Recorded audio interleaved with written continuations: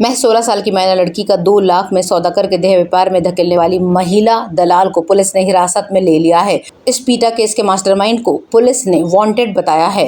AHTC crime branch Bhayandar west के PI Devidas Handore को गुप्त सूचना मिली थी कि Mira road east Kashimira police station की हद में मुंबई अहमदाबाद हाईवे पर दारा के ढाबे के पास 2 महिला दलाल 16 साल की माइनर लड़की को 2 लाख में सौदा करके देह व्यापार के लिए लेकर आने वाली हैं। इसके बाद क्राइम ब्रांच की टीम ने बोगस ग्राहक और पंच को भेजकर दारा के ढाबे काशीमीरा के पास पुलिस की टीम ने ट्रैप लगाकर छापा मारकर 2 महिला दलाल के चंगुल से 2 माइनर और 1 मेजर लड़कियों को देह व्यापार के चंगुल से बचाया। महिला दलाल माइनर वर्जिन लड़की का 2 लाख में सौदा करके व्यापार में धकेलने की तैयारी में थी और पुलिस को भनक लगते ही पुलिस ने छापेमारी करके 2 माइनर लड़कियों को बचा लिया।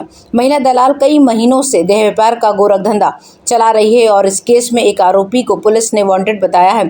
अब क्राइम ब्रांच की टीम 2 महिला दलाल के ऊपर पीटा पॉक्सो एक्ट की विभिन्न IPC धाराओं के तहत कानूनी कार्रवाई कर रही है। 2 पीड़ित माइनर और 1 मेजर लड़की को महिला सुधार गृह भेजने की कानूनी कार्रवाई क्राइम ब्रांच की टीम कर रही है। इस तरह से ये पीटा और पॉक्सो एक्ट की कानूनी कार्रवाई में मीरा भाईंदर व विरार आयुक्तालय के वरिष्ठ अधिकारी crime branch DCP doctor Mahesh Patil, crime branch ACP के मार्गदर्शन में भाईंदर वेस्ट के PI देवीदास हंडोरे, महिला API तेजश्री शिंदे, हवलदार उमेश पाटिल, हवलदार रामचंद्र पाटिल, हवलदार विजय नीलंगे, हवलदार सम्राट गावड़े, PC केशव शिंदे और भाईंदर वेस्ट AHTC की टीम संयुक्त रूप से शामिल थी।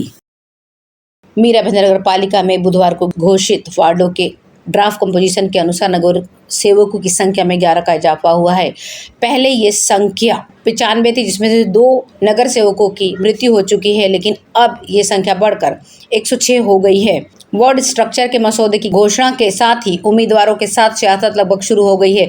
मौजूदा नगर सेवकों का कार्यकाल अगस्त में पूरा हो जाएगा। दूसरे शब्दों में, अगर नगर सेवकों की संख्या में 11 सीटों का इजाफा हुआ कोरोना के कारण, ये कहना होगा 2011 में जो जनगणना हुई थी उसी के अनुसार इस बार 2022 में चुनाव होंगे। कहने का मतलब ये है कि 2021 में जो जनगणना कोरोना की वजह से नहीं की गई थी और ये जो जनसंख्या है 2011 में जो मीरा भाईंदर की आबादी थी वो लगभग 8 से 9 लाख के करीब थी, लेकिन अब पूरे 10 साल के बाद यह जनसंख्या बढ़कर 15 से 20 लाख बताई जा रही है।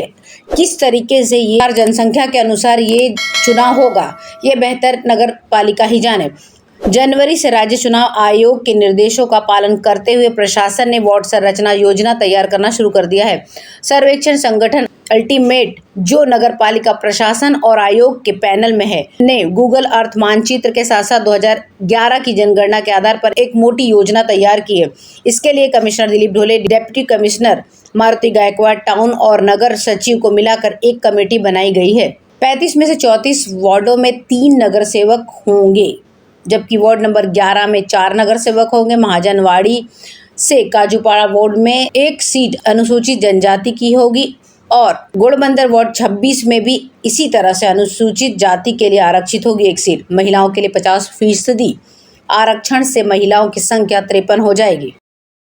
भाईंदर पश्चिम में मुर्दा से मोरवा तक सड़क चौड़ीकरण का विरोध करते हुए प्रदर्शनकारियों ने 2020 में यह काम रुकवा दिया था। तब से ये कंक्रीट रोड बंद है। इस आंशिक सड़क के कारण नागरिकों को काफ़ी नुकसान उठाना पड़ रहा है और उनकी जान को भी खतरा है और बारिश में यहाँ पर जल भराव हो जाता है। मीरा भाईंदर की 1957 की विकास योजना में सुभाष चंद्र बोस मैदान से मोरवा तक 30 मीटर चौड़ी सड़क आरक्षित हुई थी। इस सड़क की कंक्रीटिंग के लिए MMRDA ने एक ठेकेदार को काम दिया था।